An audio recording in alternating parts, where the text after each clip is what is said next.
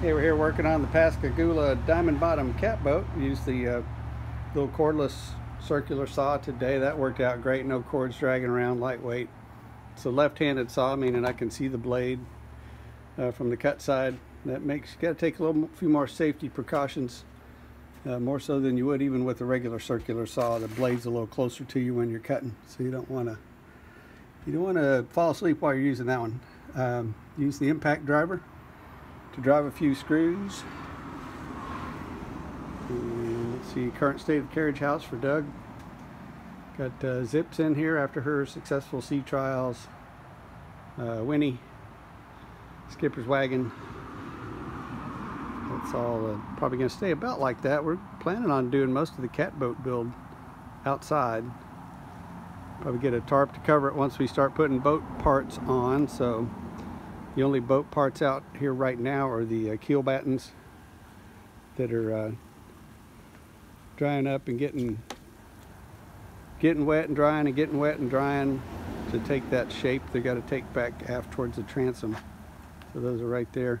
We're working on the Strongback and building a let's call it ladder frame, jig, whichever term you like. And today we're putting on these little cross members. We already put on the 2 by 6 by 16 going all the way down both sides. Made it 3 feet wide.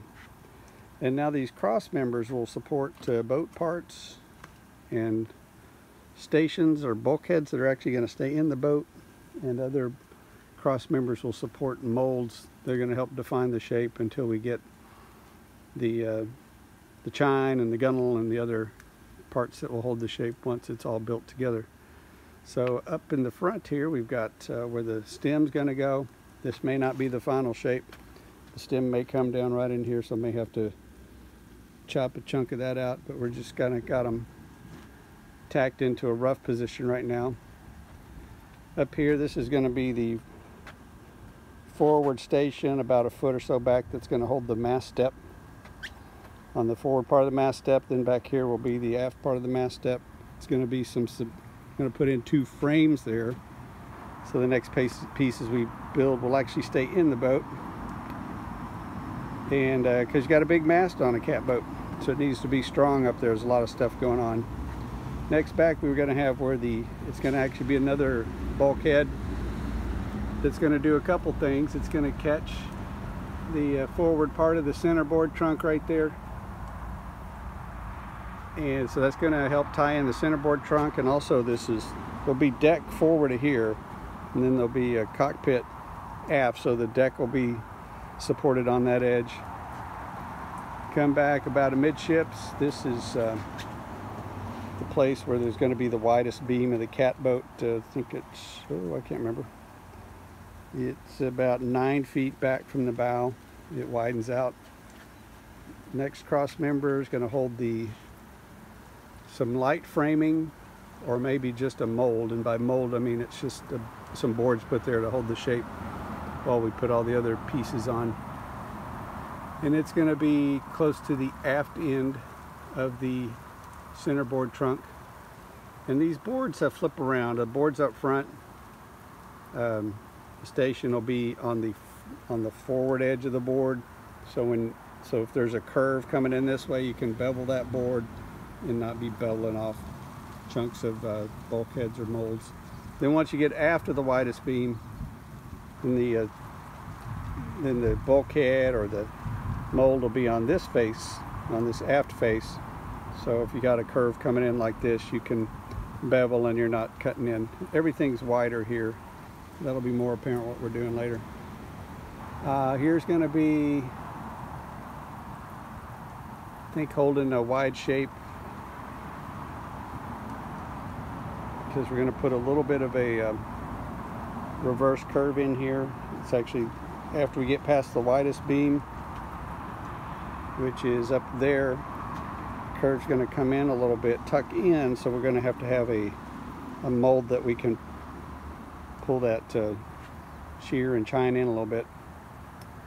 And then back here on this edge is going to be the aft deck, about 22 inches aft deck. And on the very end is the where the transom's going to go. So there's your where the keel batten comes up to meet into the transom. And so let's see, this Strongback is 3 feet wide.